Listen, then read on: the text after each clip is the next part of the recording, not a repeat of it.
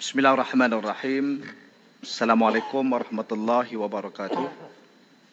Terima kasih Tuan Yang di-Pertua. Saya juga ingin mengambil bahagian dalam perbahasan rang undang-undang bagi Akta Suruhanjaya Koperasi Malaysia 2007, Akta 665, Pindaan 2023. Tuan Yang di-Pertua, merujuk kertas rang undang-undang ini, saya ingin melihat beberapa aspek. Pertamanya, pindaan Seksyen 2. A. Jawatan Ketua Pegawai Eksekutif. Diwujudkan jawatan Ketua Pegawai Eksekutif dan timbalan Ketua Pegawai Eksekutif di bawah Seksyen 11A-1. Dalam Seksyen 11A-1 tersebut dinyatakan tidak lebih daripada 3 orang timbalan Ketua Pegawai Eksekutif.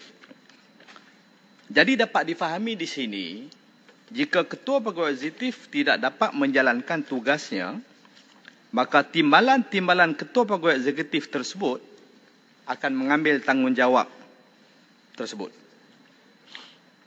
Merujuk pindaan Seksyen 11-3A, hanya ada pengurusi lembaga saja. Tidak diperuntukkan jawatan timbalan pengurusi lembaga. Jika berlaku sesuatu perkara ke atas pengurusi, siapakah yang akan menjalankan tugas pengurusi? Ini persoalan yang saya ingin bangkitkan. Dalam pindaan Seksyen 19, dinyatakan pengurusi atau semasa ketiadaan pengurusi, mana-mana pengarah yang dinamakan oleh pengurusi untuk bertindak bagi pihaknya. Maknanya boleh difahami di sini mana-mana pengarah boleh menggantikan tempat pengurusi jika pengurusi berhalangan. Persoalannya, mengapa dipilih mana-mana pengarah? Jika Ketua Pegawai Eksekutif mempunyai sekurang-kurangnya 3 orang timbalan Ketua Pegawai Eksekutif untuk menguruskan pentadbiran, takkanlah pengurusi yang berfungsi membuat dasar koperasi tidak mempunyai timbalan pengurusi.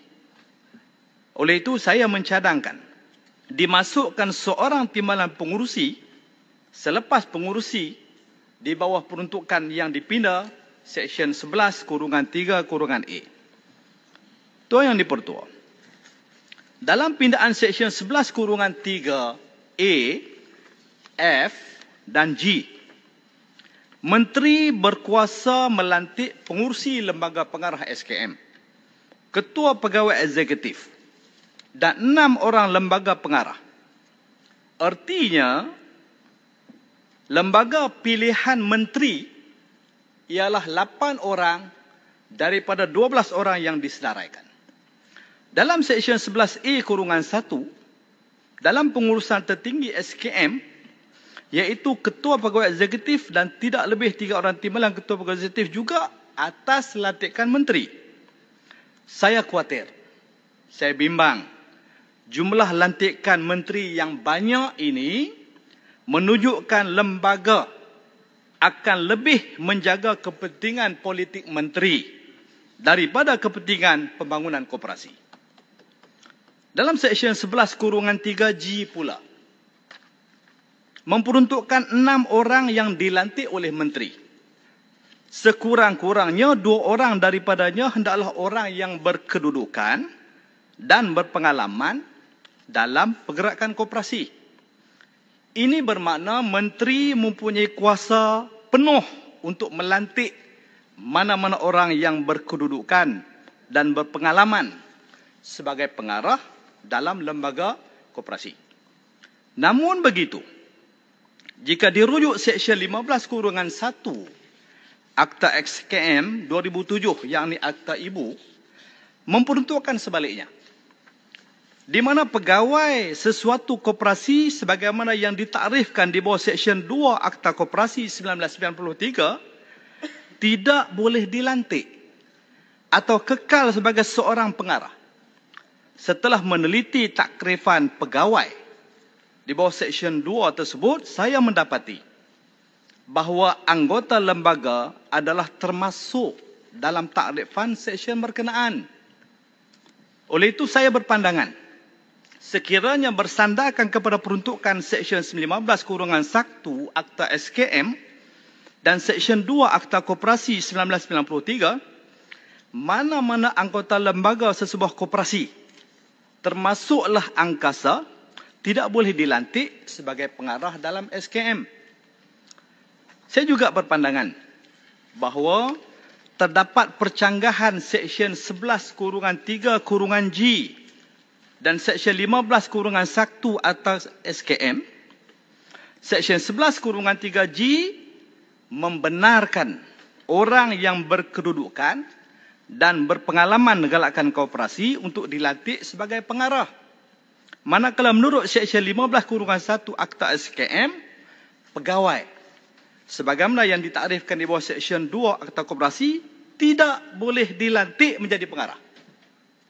Tuan Yang di-Pertua, sekiranya pegawai seperti pengurusi, setiausaha, bendahari atau mana-mana anggota lain lembaga, ketua pegawai eksekutif, mana-mana orang yang diberi kuasa oleh lembaga, peraturan-peraturan atau perintah atau undang-undang kecil untuk memberi arahan berkenaan dengan urusan koperasi itu, dan mana-mana pekerja yang diarahkan tidak boleh dilantik menjadi pengarah, maka siapa lagi yang boleh dikategorikan sebagai orang yang berkedudukan dan berpengalaman dalam pergerakan koperasi? Saya berpendapat bahawa anggota lembaga sesebuah koperasi, khususnya anggota lembaga angkasa sedia ada, juga boleh dikira sebagai orang berkedudukan dan berpengalaman dalam pergerakan koperasi. Memandangkan terdapat kekeliruan dan percanggahan kedua-dua seksyen ini, saya berpandangan adalah wajar pindaan juga dibuat ke atas peruntukan Akta SKM tersebut bagi mengatasi permasalahan lantikan pegawai. Takrifan Seksyen 2 Akta Koperasi, sesebuah koperasi sebagai pengarah di SKM. Tuan Yang di-Pertua, bagi Seksyen 11-3G, saya mencadangkan 4 orang lembaga lantikan menteri, sekurang-kurangnya 2 orang dilantik daripada pergerakan koperasi. Rentetan daripada itu, saya mencadangkan tambahan G dengan memasukkan 2 orang daripada pergerakan koperasi, iaitu pertama, seorang ketua pengarah Institut Koperasi Malaysia, IKMA, yang dulunya dipanggil Maktab Koperasi Malaysia, atau timbalan ketua pengarah IKMA. Dan yang kedua, seorang presiden angkasa atau timbalan presiden angkasa atau mana-mana wakil lembaga angkasa. Justifikasi cadangan saya ialah IKMA adalah agensi kerajaan yang terlibat secara langsung latihan gerakan koperasi. Manakala angkasa pula telah diiktiraf dalam Wakta Kerajaan Akta Koperasi 1993 bertarikh 23 Mei 1996 sebagai badan APEC yang mewakili pergerakan koperasi Malaysia dan antarabangsa. Kita sedia maklum bahawa sejarah penubuhan angkasa adalah cetusan idea almarhum Profesor Diraja Ungku Aziz. Kini angkasa mewakili gabungan 10,701 buah koperasi daripada 15,315 buah koperasi seluruh negara dengan jumlah seramai 7.3 juta orang ahli. Dalam Akta Institut Koperasi Malaysia atau IKMA meletakkan wakil angkasa dan SKM dalam komposisi lembaga pengarah IKMA. Tetapi komposisi lembaga pengarah SKM tidak berbuat demikian. Ini adalah sesuatu yang pelik, yang tak wajar berlaku.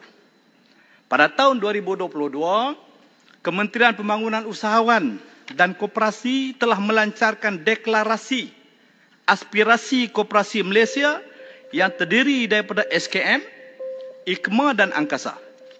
Tetapi dalam pindaan akta SKM ini, hakikatnya tidak mencerminkan keikhlasan kerajaan dalam membentuk komposisi lembaga pengarah SKM yang terdiri daripada SKM, IKMA dan Angkasa. Tuan Yang di-Pertua, merujuk pindaan Seksyen 13-1 menyatakan, pengurusi hendaklah dilantik bagi suatu tempoh tidak melebihi 5 tahun dan boleh dilantik semula. Saya mencadangkan tempoh tidak melebihi 5 tahun itu panjang. Dipendekkan kepada tak melebihi 3 tahun dan boleh dilantik semula. Justifikasi saya ialah kebanyakan akta-akta pertubuhan yang lain semuanya meletakkan tidak melebihi 3 tahun. Saya bagi contoh, IKMA itu sendiri. Merujuk Seksyen pindaan 15-1 menyatakan, seorang pegawai sesuatu koperasi yang ditakrifkan di bawah Seksyen 2 Akta Koperasi 1993 tidak boleh dilantik atau kekal sebagai seorang pengarah. Saya mencadangkan pindaan Seksyen 15-1 bahawa seseorang pegawai sesuatu koperasi yang ditakrifkan di bawah Seksyen 2 Akta Koperasi 1993 boleh dilantik atau dikekalkan sebagai seorang pengarah. Justifikasi cadangan saya ialah dalam Akta Koperasi mentakrifkan pegawai adalah pengurusi atau setiausaha atau bendahari ataupun ketua eksekutif koperasi.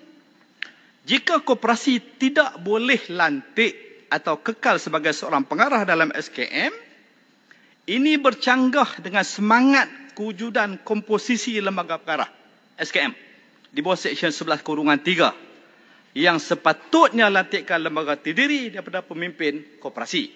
Ini disebut dalam Seksyen 11-3(G).